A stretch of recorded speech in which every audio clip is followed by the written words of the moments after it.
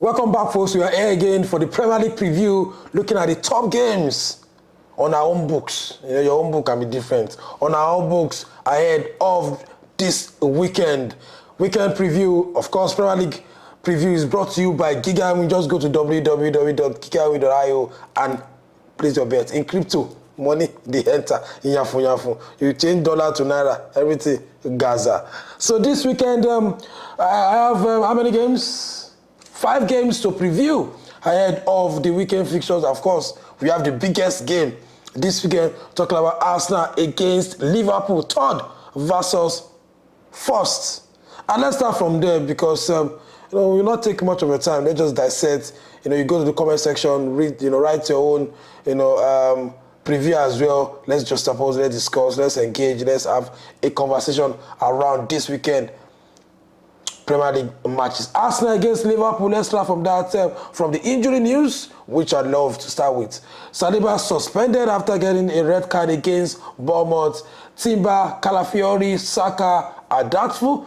They will go through a late fitness test if they're going to be fit for that game. But of course, the players that are outrightly out, they will not have any chance to play in that game at the Emirates against Liverpool. Odegaard out, Zinchenko out, Tomiyasu out, and Tierney out. On the flip side, talking about Liverpool, Alisson still not fit.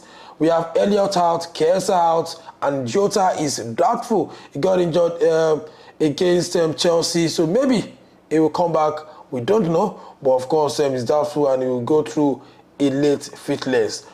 Liverpool have been very good on that slot, 11 wins from 12 games, and he has set a new record as per Liverpool coach, being the first manager to win 6 away wins in a row. That is incredible. And they are top of the table. And for Arsenal, they need to up their ante. They need to find a way to start playing well. Remember, they lost against Bournemouth. They struggled a bit against Shakhtar Donetsk, who are a bit out of place, but they couldn't do more than just one goal, even an own goal after, Martinelli hit the woodwork. So for Arsenal, they need to, show their strength once again. They need to show that they want to win the league after coming back-to-back second in the league. And for Liverpool, incredible start to life for Slots. And for the other guys, Salah is playing well, Diaz is playing well, Núñez is scoring goals. And it looks like we are having that hold compact after his injury, Van Dijk back into that score. So that's the big game, third versus first. Arsenal, Liverpool at the Emirates. Let's see how that one pans out. Let's move to the other side. The second place team in the Premier League, talking about Man City against Southampton, where Joe Aribo is playing in that one. So it looks like Southampton will not be winning their first game in 9, because against the Man City team who were very, very strong against Sparta Prague. And of course, one man, Haaland, doing the character goal against in the Champions League. So it looks like it's going to be a long one for Southampton, who are sitting pretty 90 position, 1 point from 8 matches. Let's talk about the injury news for Man City. Grealish and Doku doubtful. They will go through a fitness test, a late fitness test, if they are going to come back in that game. But those who are out ready for the game against Southampton will be, KDB, Rodri, Oscar Bob, and of course Walker are out of this fixture. So for Southampton, they'll be looking to find maybe a miracle, because if they find a way to win or get a draw at Man City at the Etihad, it's going to be a miracle. Remember, even at St. Mary's, 2-0 up against Leicester City, they still found a way to lose that one by 3 goals to 2. Joe Aribo scored in that one, but it was not a happy ending for him. Let's move away from that and let's talk about another informed team across board in the Premier League in Europe. They have 2 big strikers doing wonderful well for them. Talking about Watkins and Duran.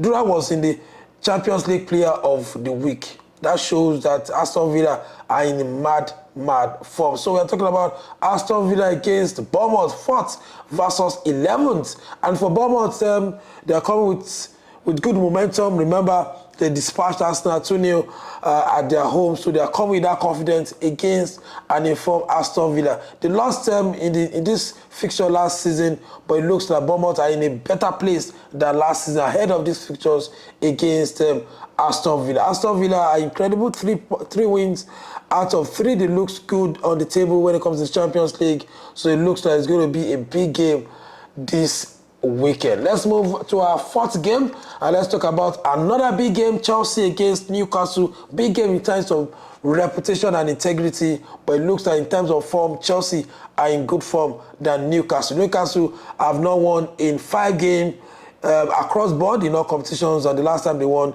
was in the EFL Cup, and it looks like they are going to face a big test against Chelsea at Stamford Bridge. Let's talk about the injury news for Chelsea. Fofana and Kukurea are back after suspension, and Newcastle, like I said, they've been bad. Chelsea have been solid. They have 2 solid teams. Look at the teams that played against Panathinaikos in the Europa Conference League, and again the teams that played against Chelsea, against Liverpool, and looks like Maresca is doing something tangible in that team. And you guys have to continue to respect them. Maybe they will go ahead to win the Conference League or even challenge and find a way to come back to the top 4 and qualify for the Champions League. It's still a very big season, but after 8 games, it looks like Maresca knows what he's doing. And lastly, from our Premier League preview brought to you by Giga, West Ham against Man United. And for Man United, things are not going well. They are not winning games. They've drawn their last 3 games in the Europa League. And it looks like, West Ham, who are not in a good place as well, it's going to be 5th versus 12th. Kudus is suspended after doing, WWE, over the weekend. 8 players are missing for Man United. And looks like they've drawn their last 4 away games. So it looks like going to the London Stadium against West Ham is going to be a big task. Maybe, Rashford is showing glimpse of coming back to good form. Haaland is scoring goals. It looks like Garnacho too is, he just need a bit of coaching. He looks out of sorts with his, final third. Onana is in good form. We saw his double save again against Fenerbahce. Remember, he won the save of the month in September, and looks like he's in good form. And it's actually a big one for Man United, who are not scoring so well. So they have a goalkeeper who will not allow them to concede.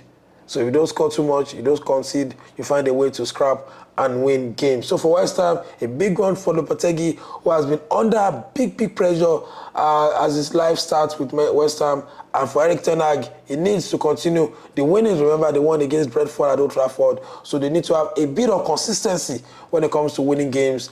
And this game is a big test in that respect. That's all we can take on this episode of Premier League Preview, brought to you by Giga. Don't forget, you can drop your comments too. And of course, tell us the games we can review, talking about the Premier League next in the comments section. Follow us on our platform, Puja Media, on YouTube, Puja Dissect. And like you guys know, my name is Puja. And, let's continue to enjoy the Premier League.